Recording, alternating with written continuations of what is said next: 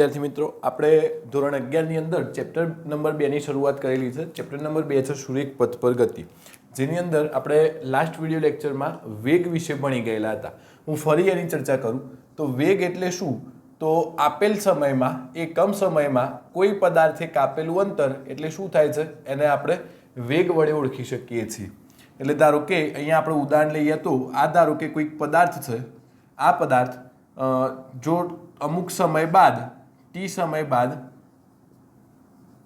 જો x જેટલું અંતર કાપીને આ સ્થાને આવતો હોય તો આ પદાર્થનો જો આપણે વેગ લખવો હોય તો વેગ બરાબર એને કાપેલું અંતર એટલે x અને એ માટે લાગતો સમય એટલે t. તો આપણે વેગને આ રીતના ઓળખી શકીએ છીએ. ત્યારબાદ આપણે એવું કીધું હતું કે વેગ એ સદિશ ભૌતિક રાશિ છે. એને દર્શાવવા માટે મૂલ્ય અને દિશા બંનેની જરૂર પડે.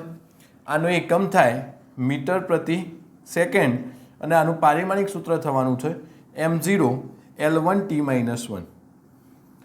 ત્યારબાદ આપણે સરેરાશ વેગ વિશે પણ સમજેલા છીએ. સરેરાશ વેગ એટલે શું? સરેરાશ વેગને આપણે v બાર વડે દર્શાવી શકીએ છીએ, અથવા તો v ને આ રીતના બ્રેકેટમાં પણ લખીએ તો એ પણ એક સરેરાશ વેગનું જ ચિહ્ન છે. તો સરેરાશ વેગ એટલે શું?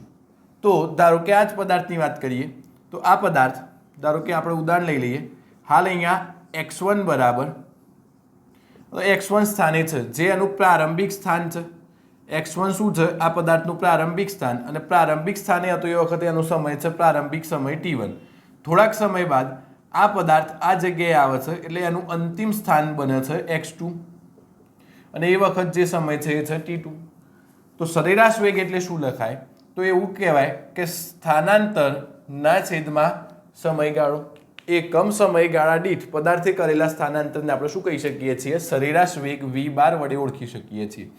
તો v bar is equal to delta x એટલે શું થવાનું છે? x2 - x1 ના છેદમાં ડેલ્ટા t એટલે t2 - t1 થવાનું છે.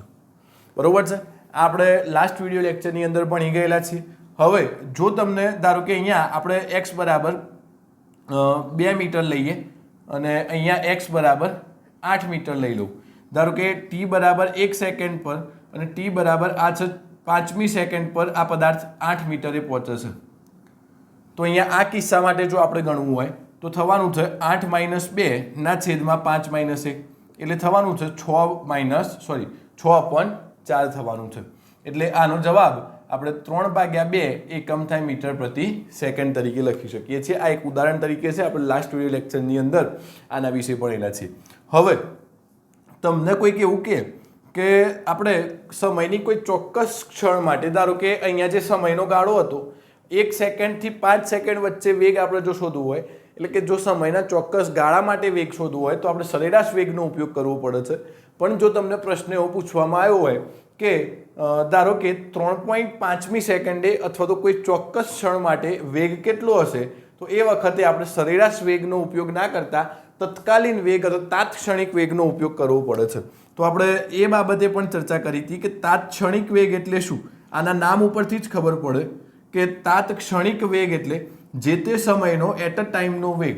તો તાત્ક્ષણિક વેગની અંદર શું કરવામાં આવે છે? તો આ સરેરાશ વેગની અંદર સમયનું લક્ષ લેવામાં આવે છે. Limit delta t tends to 0 delta x upon delta t. અહીંયા સમયનું લક્ષ લેવું એટલે સમયને ખૂબ જ નાનો ગણવામાં આવે છે. કોઈ ચોક્કસ સમયની ક્ષણ લેવામાં આવે છે. તો જો તમે સમયની લક્ષ લો છો તો આ સરેરાશ વેગનું રૂપાંતરણ તત્કાલીન વેગની અંદર થઈ જાય છે અને તમે આને dx અપોન dt વડે લખી શકો છો. તો હવે આ dx અપોન dt વિશે આપણે થોડી ઘણી ચર્ચા કરવી છે. તો અહીંયા તત્કાલીન વેગ અથવા તાત્ક્ષણિક વેગ v ઇઝ ઇક્વલ ટુ આપણને મળ્યું dx અપોન dt. તો આને તમે કઈ રીતના ઓળખી શકો છો? તો આને આપણે વાંચી શકાય કે આ સમય t ની સાપેક્ષે સ્થાન x નું વિકલન એટલે તત્કાલીન વેગ. સમય t ની સાપેક્ષે સ્થાન x નું વિકલન એટલે આપણને શું મળે? તત્કાલીન વેગ મળે છે. હવે આપણે ગણિતની એક ખૂબ જ અગત્યની પ્રક્રિયા, કલનશાસ્ત્રની એક ખૂબ જ અગત્યની પ્રક્રિયા વિકલન વિશે સમજવા માંગીએ છીએ. તમે આશા રાખું છું કે લાસ્ટ લેક્ચરની અંદર આજે આપણે ટોપિકની મેં ચર્ચા કરી એ તમે નોટ ડાઉન કરેલું હશે. હવે આપણે વિકલન વિશે ચર્ચા કરવી છે તો હું બોર્ડ રફ કરીને વિકલન વિશે તમને આગળ સમજાવું છું. કલનશાસ્ત્રની એક અગત્યની પ્રક્રિયા છે જેનું નામ છે વિકલન. તો આપણે વિકલન વિશે સમજવા માંગીએ છીએ. વિકલનને આપણે ઇંગ્લિશમાં ડેરિવેટિવ કહી શકીએ છીએ. તો પહેલાં તો આપણે વિકલનને કઈ રીતના ઓળખી શકીએ છીએ અને કઈ રીતના આપણે ઉચ્ચારણ એનું કરી શકીએ છીએ એ પહેલાં જોઈએ. તો સ્ટેપ નંબર 1, વિકલનને કઈ રીતનું દર્શાવાય? તો d/d વડે દર્શાવાય. ધારો કે d/dt લખેલું હોય, જ્યાં t બરાબર એવું લખ્યું હોય સમય છે, તો આને તમે કઈ રીતના ઉલ્લેખ કરી શકો કે સમય t ની સાપેક્ષે વિકલન. સમય t ની સાપેક્ષે વિકલન. સમય t ની સાપેક્ષે વિકલન. ધારો કે અહીંયા આવું છે, હું અહીંયા જ લખું છું. ધારો કે d/dx છે, જ્યાં x બરાબર સ્થાન છે, તો આને તમે શું વાંચી શકો કે સ્થાન x ની સાપેક્ષ વિકલન. બરોબર છે? તો તમે આને આ રીતના વાંચી શકો છો. ધારો કે અહીંયા d/dv છે, જ્યાં v બરાબર પદાર્થનો વેગ છે, તો તમે શું વાંચી શકો કે વેગ v ની સાપેક્ષે વિકલન. વેગ v ની સાપેક્ષે વિકલન. બરોબર છે? ધારો કે d/da હોય તો a ની સાપેક્ષે વિકલન, d/db હોય તો b ની સાપેક્ષે વિકલન. તો તમે આને આ રીતના ઓળખી શકો છો, આ રીતના વાંચી શકો છો. ચલો આગળ બીજી વાત. હવે આખું સ્ટેપ લખીએ છીએ આપણે. અહીંયા d/dx એટલે એને શું વાંચી શકાય? સ્થાન x ની સાપેક્ષે વિકલન. પરંતુ જો આવું હોય અથવા તો આ રીતનું ના લખેલું હોય અને dt/dx લખેલું હોય, તો આને તમે શું વાંચી શકો છો કે સ્થાન જો હવે સ્થાન x ની સાપેક્ષે સમય t નું વિકલન. નીચે હોય એની સાપેક્ષે બોલાય, ઉપર હોય એનું વિકલન. ધારો કે અહીંયા આવું છે dv/dt, જ્યાં v વેગ છે અને t સમય છે, તો સમય t ની સાપેક્ષે વેગ v નું શું કહી શકાય? આને વિકલન કહી શકાય. આશા રાખું છું કે તમને આ વિકલન કઈ રીતનું ઉચ્ચારણ એને કરી શકાય દરેક પદનો એ તમને ખ્યાલ આવેલો હશે. હવે આપણે વિકલનના અગત્યના સૂત્રો જોવા છે. અગત્યના સૂત્રો, તો 4 સૂત્રો અગત્યના છે વિકલનના, ધ્યાન રાખજો. ચલો નંબર 1,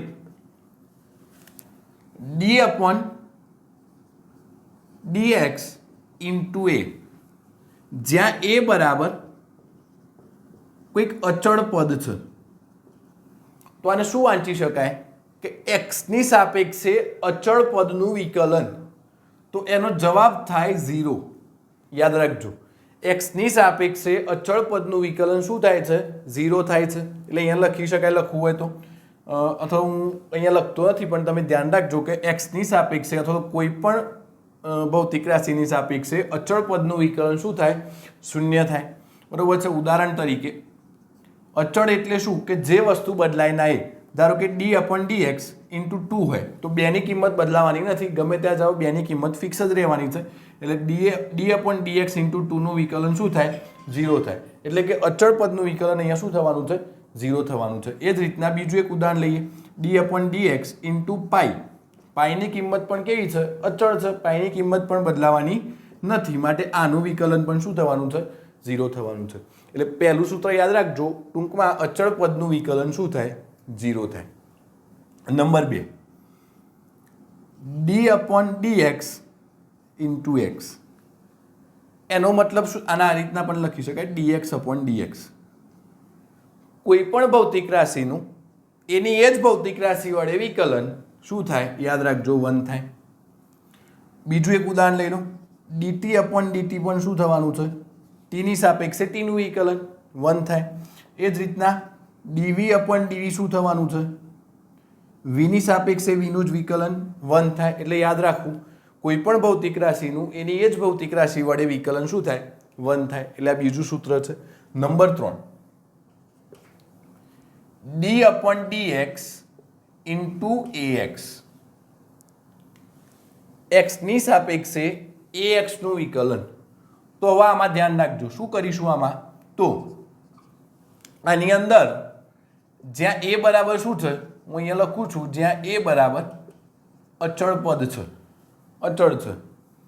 તો આવા જો કોઈ દાખલા આપ્યા હોય તો એની અંદર શું કરી શકો? તો આ સૂત્ર તમે યાદ રાખજો કે અચળ પદને આપણે યાદ રાખીશું. અચળ પદને વિકલનની ક્યાં લઈ લેવું? બહાર લઈ લેવું. તો અંદર શું વધશે? dx upon dx. તો તમે અહીંયા આગળનો મુદ્દો જોઈ શકો છો કે dx અપોન dx શું થાય? 1 થાય. એટલે આ શું થવાનું છે? a ઇન્ટુ 1 થવાનું છે. માટે આનો જવાબ શું થાય? એ થાય. ઉદાહરણ તરીકે dx upon d upon dx into 2x. x ની સાપેક્ષે 2x નું વિકલન. તો શું થાય? બે અચળ છે તો અચળ પદને વિકલનની બહાર લઈ લેવા. તો આ શું થવાનું છે? dx અપોન dx થવાનું છે. એટલે આનો જવાબ થાય 2 ઇન્ટુ 1 એટલે 2 જવાબ આવે. બીજું એક ઉદાહરણ લઈ લો. ઉદાહરણ તરીકે d upon dt into 2x, sorry yes, d into dt into 2x. ટીની સાપેક્ષે 2x નું વિકલન. હવે તમે એવું વિચારતા હશો કે આ બેને આપણે બહાર લઈ લઈશું તો dx અપોન dt થશે, પરંતુ એવું ના થાય. આનો જવાબ થશે 0. નિયમ નંબર 1 ના પ્રમાણે. કેમ 0 થાય? તો જુઓ અહીંયા, આ નીચે x હતો માટે આ x અચળ ના કહેવાયો, અથવા તો શું કહેવાય? d upon dx into 2x. એટલે અહીંયા જે નીચે હોય ને, જેની સાપેક્ષે વિકલન હોય એના સિવાયનું બધું અચળ કહેવાય. તમે જુઓ, આ x છે તો x અચળ ના કહેવાય, x ની સિવાયનું બધું શું કહેવાય? અચળ કહેવાય. તો અહીંયા t છે તો t સિવાયનું બધું શું કહેવાય? અચળ કહેવાય. એટલે x પણ અચળ કહેવાશે, 2 પણ અચળ કહેવાશે. એટ ધ એન્ડ આ આખું પદ કેવું છે? અચળ પદ છે. માટે અચળ પદનું વિકલન શું થાય? 0 થવાનું છે. બરોબર છે? એટલે આ એક ત્રીજા નંબરનો મુદ્દો છે, ખૂબ જ અગત્યનો છે, ધ્યાન રાખજો. ચલો, ત્યારબાદ હું અહીંયા નંબર 4 નું સૂત્ર લખું છું. એ ખૂબ જ અગત્યનું છે, ધ્યાન રાખજો કે d upon dx into x ની n ઘાત. આને એવું વાંચી શકાય કે x ની n ઘાતનું વિકલન. તો આનો જવાબ શું થાય? તો જે ઘાત હોય એ ઘાત આગળ આવે અને ઘાતમાંથી એક બાદ થાય. ઘાત આગળ આવે એવું બોલવાનું કે ઘાત આગળ આવે, ઘાતમાંથી એક બાદ થાય. ઉદાહરણ તરીકે d upon dx into x square. d into dx into x square. તો શું થવાનું છે? આ n ની જગ્યાએ 2 છે તો ઘાત આગળ આવે, ઘાતમાંથી એક બાદ થાય. એટલે 2 માઇનસ 1 એટલે 2x ની એક ઘાત લખવાની જરૂર નથી. માટે આપણો જવાબ શું થાય? 2x થાય. આ વિકલન માટેના ખૂબ જ અગત્યના સૂત્રો છે. ફરી એક વખત, અચળ પદનું વિકલન 0, a ઇન્ટુ x નું અચળ પદનું વિકલન 0, dx અપોન dx 1 થાય, a ઇન્ટુ x નો જવાબ a થાય. અને આ x ની n વાળું ખૂબ જ અગત્યનું છે કે ઘાત આગળ આવે, ઘાતમાંથી એક બાદ થાય. આ વિકલનના સૂત્રો આટલા યાદ રાખજો. આપણે 1-2 આના ઉદાહરણ જોઈએ છીએ, ત્યારબાદ આપણે લેક્ચરને પૂરો કરીશું. ચલો, હવે આપણે અમુક થોડા ઉદાહરણ લેવા માંગીએ છીએ, થોડી પ્રેક્ટિસ આની કરવા માંગીએ છીએ. ચલો, ઉદાહરણ તરીકે તમને આવું આપ્યું હોય કે x square plus 2x plus 1નું x ની સાપેક્ષે વિકલન કરો. અહીંયા સીધે સીધું આપણને આપ્યું નથી, પણ આપણે x ની સાપેક્ષે વિકલનને લખી શકીએ. જો હું અહીંયા સોલ્યુશન કરું છું, x ની સાપેક્ષે વિકલનને આપણે કહી શકીએ d અપોન dx. અને કોનું વિકલન? તો x square plus 2x plus 1. Simple વિકલનનો સરવાળાનો નિયમ લગાવવાનો. શું છે વિકલનનો સરવાળાનો નિયમ? આ d અપોન dx ના અંદર ગુણો તો શું થાય? d upon dx x square, પછી આના જોડે પણ ગુણાય 2x, પછી d અપોન dx આ એક જોડે પણ ગુણાય. તો તમે જુઓ અહીંયા કયો નિયમ લાગુ પડશે? તો આ x ની n ઘાત વાળો નિયમ લાગુ પડે. તો શું થાય? ઘાત આગળ આવે, ઘાતમાંથી એક બાદ થાય. અહીંયા કયો નિયમ લાગુ પડે? તો ax વાળો નિયમ લાગુ પડે કે અચળ પદ બહાર આવી જાય, dx upon dx વધે. આ તો એકલું અચળ પદ છે, તો અચળ પદનું વિકલન 0 થઈ જાય. તો શું થવાનું છે? આ 2x ની 1 ઘાત 2 ઇન્ટુ dx upon dx એટલે 1. તો શું થવાનું છે? 2x પ્લસ 2 આપણો જવાબ થવાનો છે. એટલે તમે આ રીતના આવા દાખલા સોલ્વ કરી શકો છો. હું અહીંયા બીજો એક દાખલો પણ લખું છું, તમે ધ્યાન રાખજો. તમે આટલું નોટ ડાઉન કરી લો. હું અહીંયા નીચે જ લખું છું કે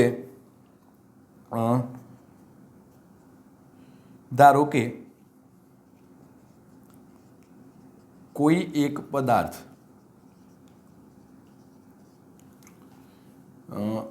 x બરાબર